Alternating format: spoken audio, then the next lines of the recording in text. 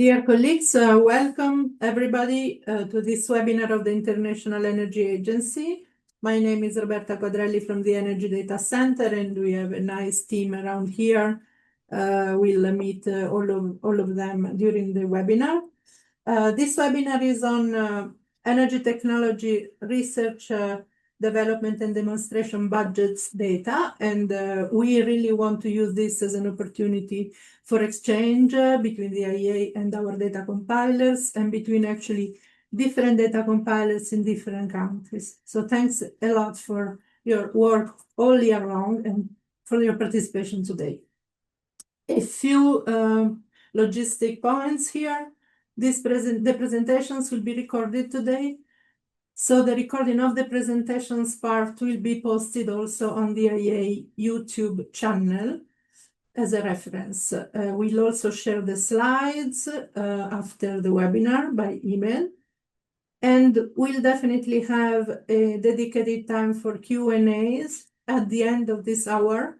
But you can at any time, please use the chat or the Q&A, for raising your points during the discussions. Just a few words on the objectives. If you remember, we had actually one webinar about 1 year ago with Simon again and Timur and the innovation team here. We really want to have regular exchanges in this important area of data collection for the IEA that links nicely to a priority policy area of the agency and our members. This year, we'll want to give a focus in particular on the timeliness on data that is very important to our policy users, and also in particular on the consistency of definitions and boundaries, also because we just changed the classification to a more up-to-date classification in this data cycle, and we really want to hear from you if there are challenges or if you have tips for your colleagues.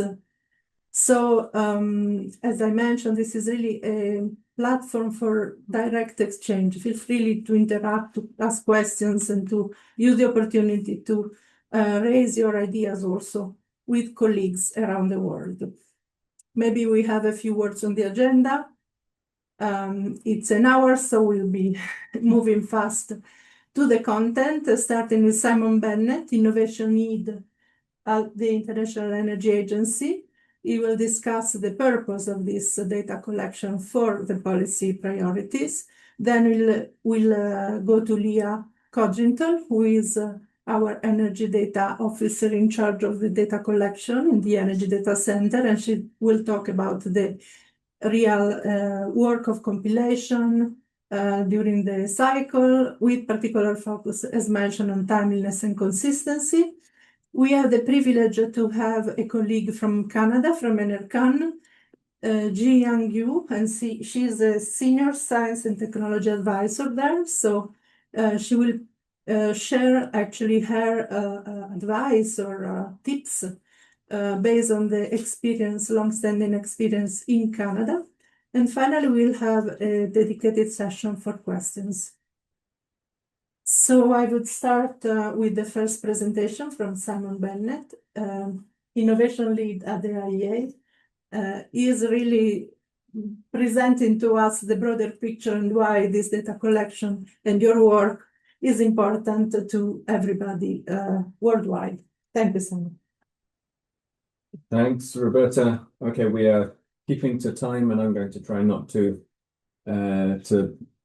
deviate from that, but I would like to share a few words with you to put the work of this data collection in context. So at the IEA, I am from the Energy Technology Policy Division, which is the part of the IEA that works on some of the ways in which we synthesize technology analysis and data and package it into reports and stakeholder engagement to mobilize governments and other stakeholders around policy and actions. And I've been at the IEA long enough to have seen that the profile of this work has really been elevated.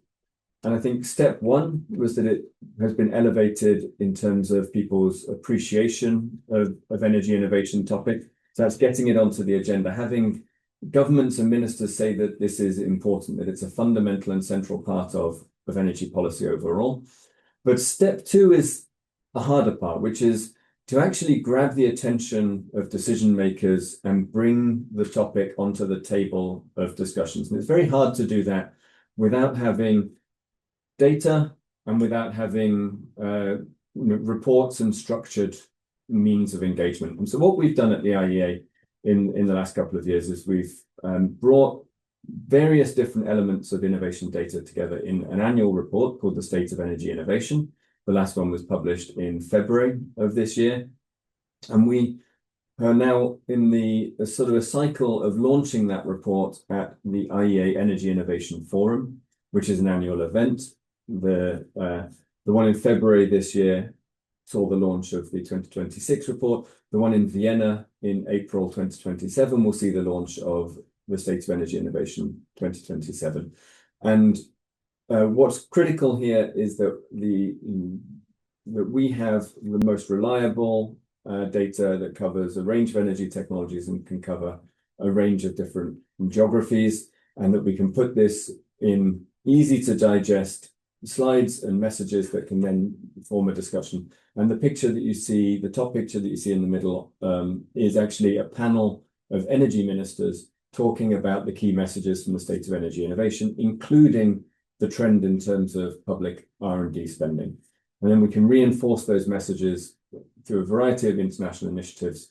I would particularly highlight Mission Innovation, which for over 10 years now has worked to help countries around the world to not only set the agenda for energy innovation, but also collect additional information around public R&D actions and budgets.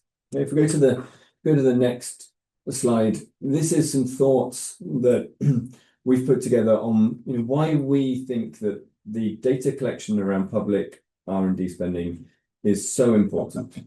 And I would summarize this, I think, at the highest level in terms of the consistency of the data across both time and geography. And this is unusual. I think in the area of innovation, it's very hard to find single indicators that really tell you what's happening in terms of progress and trends. So we use a dashboard approach, if you like, to show a number of different indicators. And it's very important that those indicators do have consistency across geographies, consistencies across technology classifications, and consistency across time. And this data set that we're talking about today has all of those. And it's thanks to those who submit the data that it is such high quality. So consistency, quality, and the fact that this is an official data set, that this is endorsed by governments and that we work on it with you, is extremely valuable for us. That's not true of all of the data sets that we're able to put out in the report and in our work on innovation. I think the last element, which Roberta has already mentioned in this list of 6 items, is the one that's put additional pressure on us. As we try to get this information into the hands of senior decision makers and policy makers and have attention-grabbing charts that we can show at our forum, it's really important that the data is as up-to-date as possible. That when we're showing in 2026 what has happened, that we're able to give an indication of what happened in 2025. And that is hard. And we appreciate that that is not easy for many countries. But it's important to at least give a sense of direction and understanding of where any issues might be. So we really appreciate all of you who are working to provide those indications as early as possible. And then I had one more slide that before we close this sort of introductory section, which is just an example of how great this data set is to be able to show some of these trends over time. And you can see versions of the chart that's on the left on our website and in our reports. But by having this long time series with consistency across technologies, we can actually see changes. I don't need to highlight exactly what this chart shows in terms of the nuclear or the energy end uses, but clearly there is something that is useful for policymakers here to understand change over time. And then we can compare what's happening in public R&D with the spending that we identify for corporate R&D, where I show here energy supply side, and energy infrastructure spending, and then venture capital. And if you look at the venture capital columns, we're even able to put in an estimate already for 2026 because that data really is timely, and we'd love to be able to start to do the same for public R&D as well. But having our 2025 estimate already by this time this year is already an achievement, I think, where we've made improvements in recent years. So thank you for that. Happy to take questions on how we use the data as the webinar progresses, but I'll hand back over now. Thank you. And thank you very much, Simon. I think you gave us a very good and efficient discussion on why the data are important and why the work of our data compilers in different countries is essential to the policy discussions at the IEA and more broadly. So we heard about timeliness as well. Thank you. And now Leah on the side of the Energy Data Center will describe the data cycle, putting some emphasis on the challenges maybe that also data provider and share with you. Let us know what happened this year, Leah. Thanks, Roberta. So now we're going to walk through the process that you go through when you're preparing a questionnaire from beginning to end, with a focus again on how timeliness and consistency can be enhanced at each step along the way. So in my presentation, we're going to discuss an overview of the data cycle, the boundaries of what should and shouldn't be included in an RD&D questionnaire, using the new classification system, how to fill out the questionnaire itself, and finally, where your data ends up at the end of this process. So as you're aware, we collect public energy RD&D budget data through an annual questionnaire that looks like the one shown here. You've probably seen it before. We've been collecting this data since 1974. So like Simon said, it's been around for a long time, and it's quite impressive that we've been able to do this with your help. So the annual collection cycle starts in December when we send out a questionnaire to you, and we ask that these questionnaires be returned to us by the end of February, including data from the previous year. So in February 2027, we hope to receive completed questionnaires with data up to and including 2026. And that's important because, as Simon said, that data is used to inform our World Energy Investment Report, which was released a few months later in May. And if you're unable to submit finalized numbers for the previous year by the February deadline, you're welcome to send us an updated questionnaire at any time. But we encourage you to submit updates by the end of August so we can include them in our secondary data release, which happens in October. This second data release is used to inform the IEA State of Energy Innovation Report, which is published early the following year. So that's sort of a sense of the flow of our data in the annual cycle. At this time, we have data up to and including 2026 from 7 countries and 2025 for 7 more. Thank you to those who have already submitted. Timely data like this is very valuable for policy decision-making, both for us at an international level, and it can also be used at a national level as well. And we know that it's really difficult to submit these current year or up-to-date data. So as a potential solution to balance availability and the need for up-to-date data, we welcome budget estimates for the current cycle year, so 2026 right now. Even if they're at an aggregated level, that's totally okay. We can revise those later as we have more information. So now that we've discussed when the questionnaire should be sent in and the importance of timely data, let's look at how to decide which projects and programs are considered RD&D. It's really important that we have common decision-making criteria across all countries, that we are consistent and we can compare. So there are 2 factors to consider when you're looking at a program. The first is how the technology it funds relates to energy, and the second is what research stage that funding is being applied.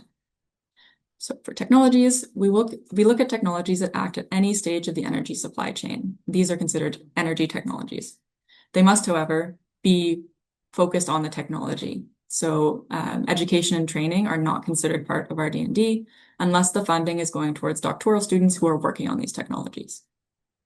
For the second point, when we're looking at research stages, programs are considered RD&D if they are in the basic research, applied research, experimental development, or demonstration phase. So that means that they have a degree of novelty and uncertainty. Deployment is not considered within RD&D. If you haven't had a chance to look at the Guide to Reporting Energy Technology Budgets, it was updated in October, and it includes some updated definitions of what projects and programs to include within the data set, as well as some information about the classification system we'll touch on later.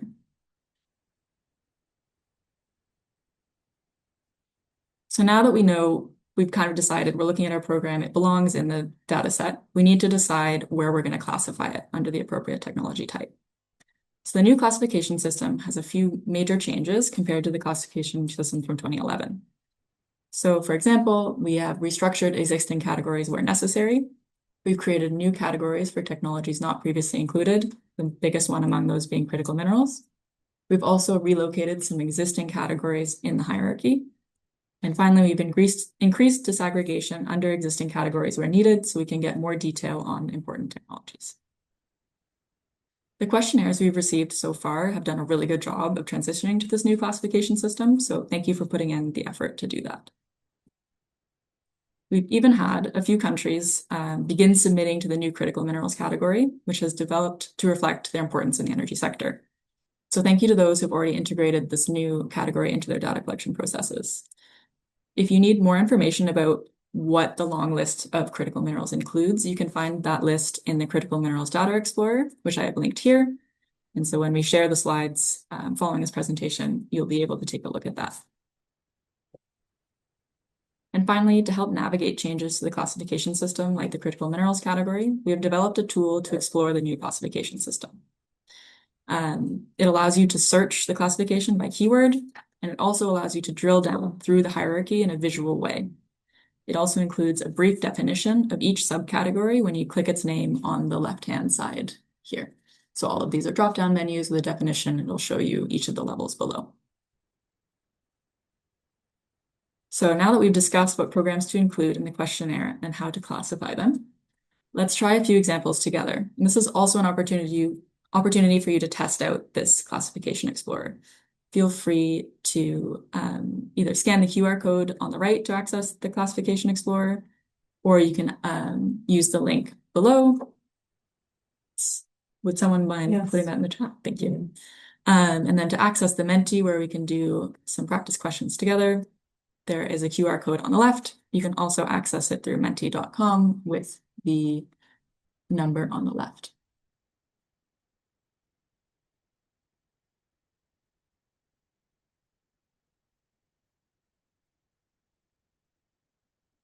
I am going to exit out of this slideshow for a moment, but I will bring the Menti back up. Okay.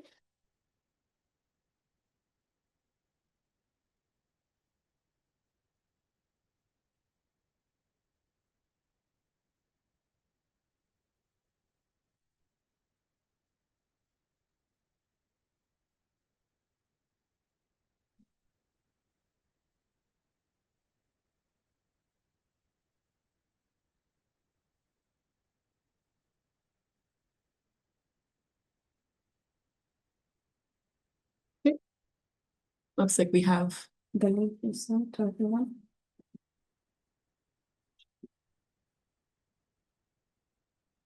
Awesome thumbs up, and we have 16 people here. So we're going to start with the first question.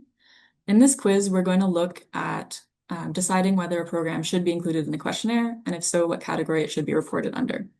So the first question is a grant for background research into particle physics with a focus on healthcare applications. Should this be excluded or considered in cross-cutting research, hybrid magnetic and electrostatic confinement, or nuclear fission and fusion not elsewhere classified?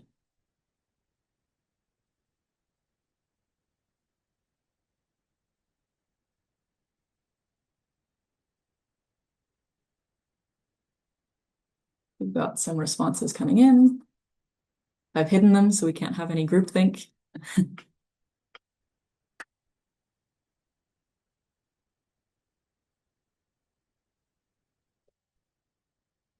Okay.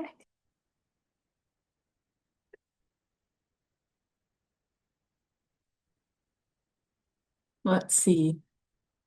Yes, in this case, we would consider this to be excluded because although particle physics is a basic research that could be applied to many things, in this case, it does not have a direct energy, it's not being used for an energy application.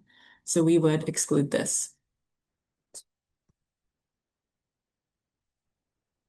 The next question, we're looking at a government call for research on innovative critical mineral mining techniques meant to boost development of permanent magnets for offshore wind turbines. This could either be excluded or classified under critical minerals extraction, critical minerals more broadly, or offshore wind technologies not elsewhere classified.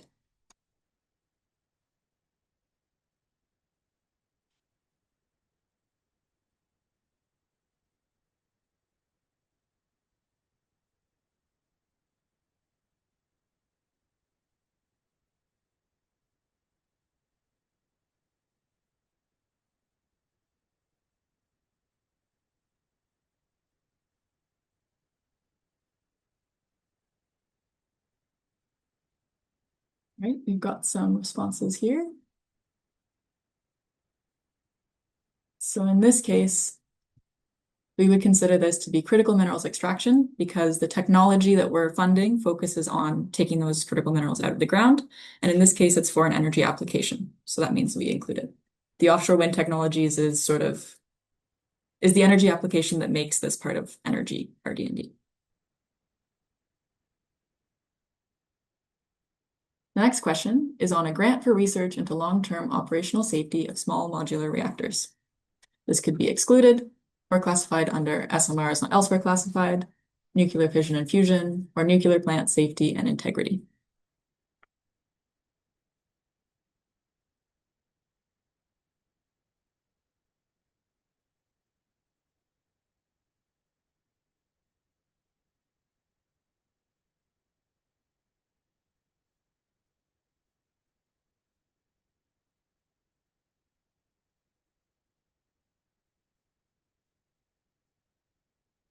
Okay. So in this case, this is nuclear plant safety and integrity, because we are looking at a nuclear supporting technology for safety. The SMRs is, in this case, a detail about the kind. So for the last question,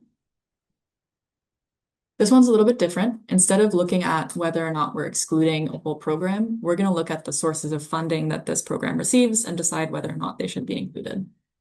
So in this question, we have a new heat pump that's being demonstrated for the first time at commercial scale. Which of the following options of public support should be reported? It could be upfront grants, grants paid per unit of heat sold to customers, or investment tax credits. And you can pick more than one.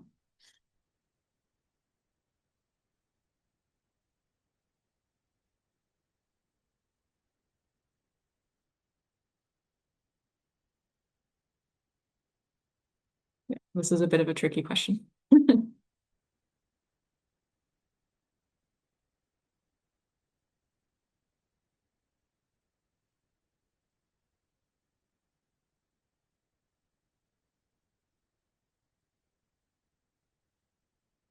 Okay, we have 10, 12. Wow, it's all coming in at once. All right. So in this case, we would want to include both upfront grants and grants paid per unit of heat sold to customers, so long as both of these grants are coming from public sources. Investment tax credits and other tax reliefs are not included in RD&D. Okay, thank you very much for your participation. We're going to go back to the slides briefly. And so now that we've gone through these exercises, we've made choices about what we're going to include in our questionnaire. Let's try putting it in. So let's take the example of the operational safety grant. We're going to say this is paid for by the government. It's been proposed in Parliament, and it's for a total of 50 million in national currency. It's expected to be finalized in 2026. So now I will go open up this questionnaire, and I will scroll down to, well, first I'll pick the government R&D tab because this project is research-based and it's paid for by the government. It would belong in this tab as opposed to demonstration versus state-owned research or state-owned demonstration. And I'm going to find row D141. It will not helpfully be highlighted for you. This is something I did so I can enter this quickly. And I would put in my 50 million. And as you can see, nuclear plant safety and integrity is the lowest level. There's nothing sort of indented below it, and that's good. We want to fill out all of our data at the lowest level that we can. If, for example, I had a project that I knew fell under nuclear fission supporting technologies, but I did not have enough detail to decide which of these it would belong in, then I would put it in unallocated.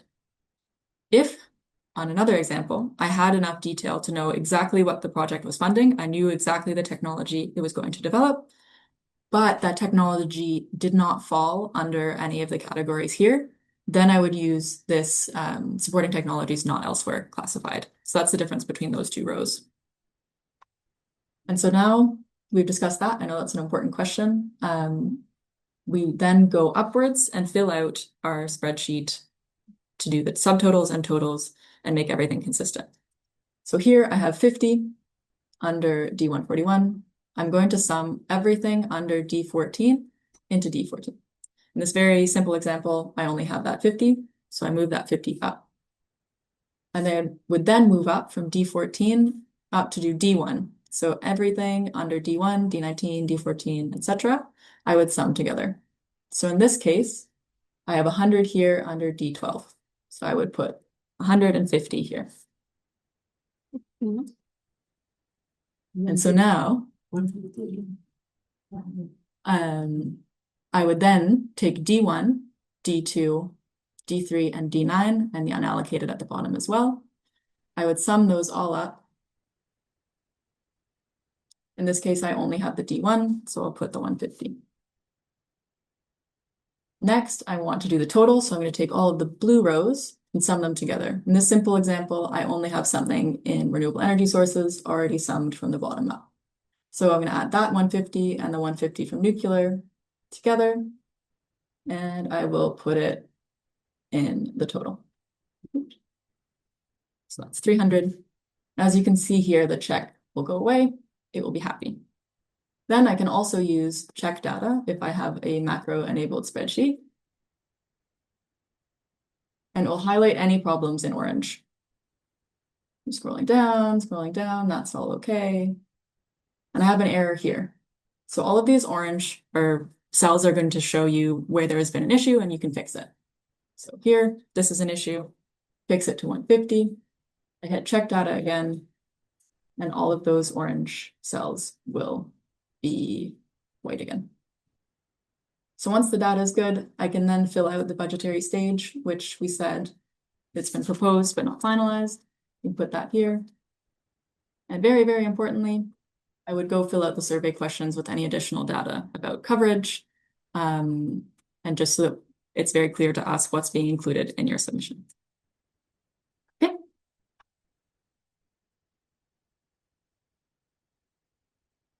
Back at slideshow.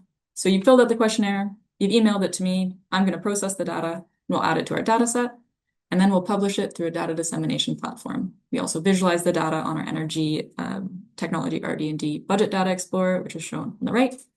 And both of these tools are freely accessible to everyone. We recommend you have a look if you're ever interested in seeing what data we have available. With that, I've come to the end of my presentation, and we can save questions for the end of the hour, but I'll pass it back to Roberta. Yeah, thank you very much, Leah. And I would invite our data compiler to also add some examples if they had questions of this type in the chat or in the Q&A, because we are moving really quickly to the hour. It's been very nice to see your very specific example, because these are the detailed choices that our data compilers need to make for every project. So it would be also good to know if there are ideas about how to classify projects that delegates can actually discuss among each other. So, and I would also make the point on the metadata that you added at the end. For us, this is very important in terms of data quality, because the information of the survey, which we call metadata, is included in the data release. So numbers are accompanied by a rich documentation that explains a bit the landscape of energy research and public energy research in the country. So it's very important for us also to receive the complementary information in words, not only in numbers. So thank you very much. I would then give the floor to Zhiyang Yu, Senior Science and Technology Advisor, long-standing colleague collaborating with the IEA for many years in this area. you have a great experience. Please let us know what's the secret of your success in Canada for this data collection. Thank you so much, my colleagues, for giving me an opportunity to discuss Canada's data collection today. For Canada, it's my department, Natural Resources Canada, in short, is called NICAN, is responsible for coordinating energy RD&D data collection year after year. So we collect information by sending out surveys to our approximately 25 federal organizations and our provincial territorial governments to fill in the information and send us back the information. That's how it works. NICAN is responsible for coordinating with all of our federal, provincial, and territorial respondents. That involves launching the data collection yearly, providing guidance and knowledge sharing. We also address questions and concerns that are raised by our respondents. And at the end of data collection, we do internal analysis and we share our key results with all of our respondents, as well as engaging our senior management. So all of these factors leading to our coordinated efforts in this yearly data collection. What you see here on the slide is our process and timeline, and this actually reflects our current data collection. So from November to December, we launched the survey, and from January to June, we collected data and we verified information to ensure that everything is complete. And from July to August, then we compile and submit the consolidated data to the IAEA. And from September to October, that's when we conduct internal analysis and share the key results with all of our survey respondents, as well as we prepare for the next reporting cycle. So during the survey launch stage, we prepare for an email distribution to all of our official and working level contacts. So we have about approximately just under 100 people involved, and those are the people that I see. So behind those 100 colleagues, we have a lot more people involved in collecting the data. So the launch meaning basically we're sending out official email request to all of our official and working level contacts at the federal organizations, as well as to all the provincial and territorial governments from our Director General's office. What this means is that we actually need full support from the management, from our management and NICAN, as well as management to other organizations and provincial territorial governments. When we launched the survey, when we sent the email, it contains package material. So that's what the respondent need to complete the survey templates. So we have two types of survey templates. Like Leah mentioned, we have IA survey template that is very similar to what Leah has shared today. So that's its expenditures that are being reported against the IA tech categories.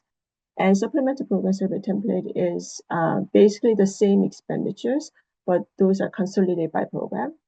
And we also have information session deck. So that is used for information session that we conduct for our respondents. And supplemental guidance is complementary to the IA full guide. So since the IA guide is long and lengthy, it has a lot of information in there, we compile some of the summary information, like in terms of scope and definitions, and also pages that they should refer to in terms of specific technology definitions and scope and so on. We also have FAQ document where it has a list of questions that we have received over the years from the respondents, and those are either general or specific in nature. So we have a list of questions and our responses we also have a contact list. Context should change over time, so it is very important for us to update our contacts. We also conduct information sessions. So I guess in some sense, what it's similar to what IEA is doing today, but it's actually specific to Canada's federal and provincial territory respondents, and it is conducted virtually in November and December timeframe. So, okay, so I'm going to talk about the information session. So the information session is conducted about 2 weeks following the launch of the survey. So we do several sessions, separate sessions for our federal colleagues, as well as for our provincial territorial colleagues. We conduct sessions in both English and also in French. And so it's basically the basic objective of the survey template is providing guidance to our survey respondents on how to complete the survey templates. So during the data collection verification, the respondents they're responsible for looking through the materials that we shared during the launch, and they they form a working groups for them to participate in the information session. So like I said before, the IEA survey template, those are is a template that is built very similar to what Leah shared today.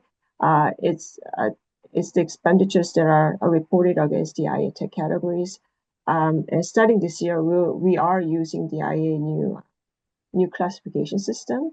And supplemental program survey template is only geared towards for the federal respondents. So they're reporting what they reported in the IEA survey template, but they are consolidated by program. Information session deck is provided prior to conducting the information session.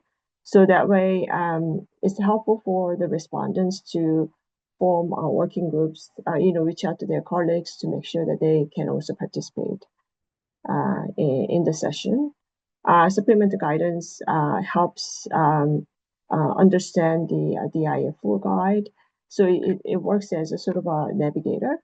FAQ document, like I said before, these are lists of questions that are raised by the respondent over time, and we share all the questions and responses with all of our respondents. And contact lists are very important for us. These are updated throughout the year, including our official and working level contacts. During the review stage of the survey template, this is when we receive survey submissions from the respondents. We do internal checks to make sure that what we are looking at actually makes sense. There's no errors, or if there's hikes in their spending or a significant decrease, what are the reasons for those? So those are very important for us to collect information. Like you mentioned about the metadata, how important it is, and it is very important for us as well. So we don't just want to receive some numbers. We also want to receive explanation as to why the numbers, why they are, whether there's a spikes or decreases, or even just maintains their spending. So there's always some reason to, how the numbers look.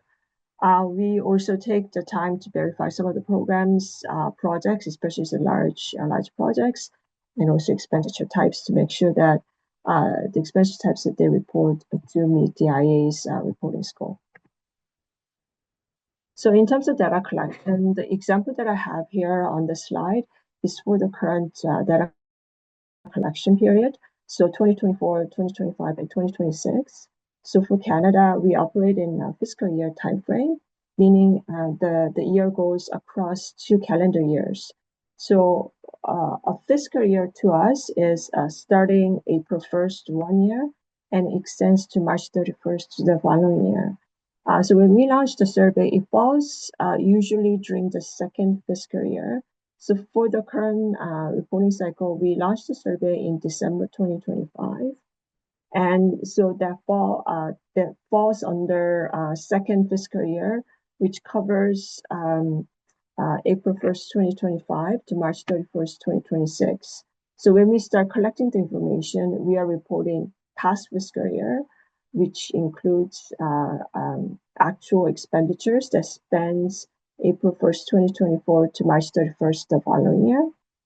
And also the current fiscal year, it includes actual and budgeted expenditures. I said budgeted is because even though we passed March 31st, 2026 mark, we are still sorting out the finances. So when the figures come down to me, it's not necessarily actual anymore. Some of them are budgeted or planned expenditures. So that's why it's a mix of actual and budgeted expenditures. And for the third year, it includes estimated expenditures that spans April 1st, 2026 to March 31st, 2027. Third year is very difficult for us to report. It is challenging is because there's a high degree of uncertainty, but we do our best to report expenditures. If we have a multi-year project, it is easier, so we know what's expected over a number of years. However, let's say if it's a new program or program winding down, then we have a bit of a challenge. So we try not to overestimate, over-report. Well, at least that's what the approach that we are trying to take. For the provincial and territorial respondents, they have a responsible ministry, just like NICAN, right? We work with about 25 federal organizations. So each ministry is responsible for coordinating within their own jurisdiction. So for instance, province of British Columbia, they will reach out to relevant ministries, collect information, and they consolidate it and they submit the survey template to me. So so what I see is not necessarily what each ministry reports within their jurisdiction, but I often see the consolidated results. The last stage is compilation submission stage. That's where we are at right now. So this is our last step to check to make sure everything is okay. There's no typos or make sure that we have all the explanations in terms of significant increases or decreases and so on. Also, we take this time for our opportunity to identify or flag any areas of improvement. Our process is very strong and robust. However, each year we do have a lot of areas that we need to tackle to make it better. So a lot of it just to concerns that we see from the respondents, but we just know it by running it.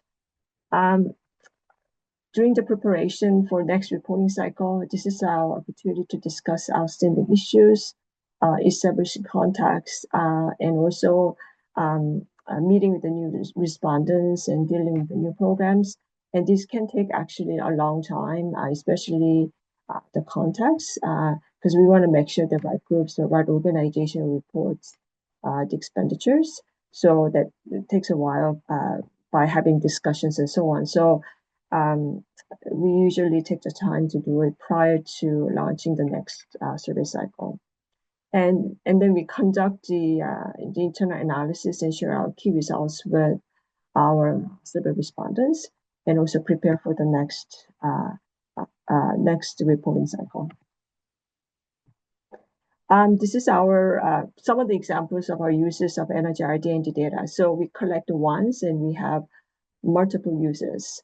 So for instance, we use our energy RD&D data as internal use as our input to renew our programs, develop new programs, strategies, policies, and report to the senior management. And a lot of the examples could be very specific. For instance, like a CCUS, what is the spending over time? Also, we feed a lot of the information either as a background or subset of information indicators for NICAN reports. I believe a lot of them are publicly available documentation. We have NICAN Energy Fact Book. So Energy Fact Book is basically a statistical data-driven fact book that we publish at my department. it's a publicly available documentation, and it's useful documentation for academia, researchers, and other organizations. So it's widely used and very well known. We also have a departmental report, and I listed some of it. Those are either they have some indicators in there that we use these the IA data as a main source or in the background. So it is very useful. And data granularity is depends on the access levels, intended use, whether it's public facing or internal. So if it's internal, then it gets broken down to more nitty-gritty detail. But if it's public facing, then it tends to be more consolidated. The one thing that I forgot to mention is our data is extremely important for our respondents, and the key results that I mentioned before that we share with our respondents, and it's actually giving them opportunity to respond the following year, and I say that's one of the drives for them to respond. So the results that we share obviously is consolidated because we are not sharing one respondent information with with other respondents. So it is very important that we actually keep the confidentiality in house. But at the same time, we consolidate it in a sense that they can see where the spending lies, how they rank, for instance, or where the innovation progresses at the federal level, at the provincial territorial level. This is my last slide, and I think this will be our recipe. Like Roberta said, it's our recipe to our robust process. We do have a coordinated approach. We do have high participation, and we do have a consistent approach. And some of the things I listed are just to maintain those. We establish our official working level contacts, and it gets updated annually. And it doesn't get updated once; it gets updated throughout the year. So as I speak, some of the contexts are already changing. It's not a problem for us to have context change as long as somebody is working on it and their management is aware of it, right? And that's a very important part. And we also want to make sure that the right group actually does the work so they can kind of oversee the programs, or either they're responsible for corporate reporting. And those are the groups that we would prefer to work with so they can kind of oversee what the organization is doing. Our process is a formalized process. This is not an ad hoc process. It's very formalized. That way, we get management support, not only on our end, also on our counterparts. We make sure that we have proper documentations, we deliver information sessions, and we provide ongoing support. So official process means, yes, it is a lot of work, but at the end of the day, we strive to achieve our data collection a success, and that's how we do year over year. Another thing is we conduct internal reviews of all the submissions. We don't just take the numbers. We want to make sure that we understand where the numbers are coming from, how the numbers are consolidated, and whether there's a story behind the numbers, right? So those are very, very important. Even so, I think some sense it's more important than the figures themselves, right? Because it has to kind of match their storylines with what kind of expect to happen. And we share our consolidated results with all our respondents. And some of the respondents actually express their keen interest on seeing the results. And I get a lot of requests on the results themselves from the respondents. So for us, that gives our kind of leverage for them to participate for the following years. For the new classification system, the implementation of the new classification system, it hasn't been actually easy on our end because it means the process itself doesn't change drastically, but it has to be adapted to our current system. So the changes that has to be made. So the approach that we've taken is that so the respondents are not getting a big surprise, right, at the end of the day. So we've been communicating with the respondents over the years to make sure that, okay, this is what the IA is doing. This is how Canada is participating. So, if you recall that we have provided extensive feedback to the IEA on your draft classification prior in the last number of years, is because these are the feedback that we received from our respondents.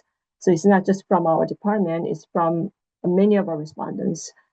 So we did internal reviews and we consolidated results and we shared the results with you guys. And it's very important that we try to communicate our efforts from our end and also our respondents' efforts as well. We also encourage our respondents to participate in sort of feedback loop sort of system. So, especially this year, because we are adopting and also implementing the classification for the first time, it's very important for us to flag that to the respondents, saying that, basically, if they have any questions, they can come back to us with any feedback or questions, not only on the new classification, but also our process as well. And also for the first time this year, we actually gave a lot of time to the respondents to respond in their survey template because of new classification. So it's not only affecting us as a coordinator, but also all our respondents are doing their best to adapting to the new system. So they need a bit of time to do it. So anyway, that's my story. So I think I'm done. This is my slide. Thank you so much. Thank you very much, Ji-Young. It's really very nice to see all the commitment that you have and your colleagues across Canada have put into this data collection, and we appreciate it a lot. And I hope that other delegates are inspired by your stories.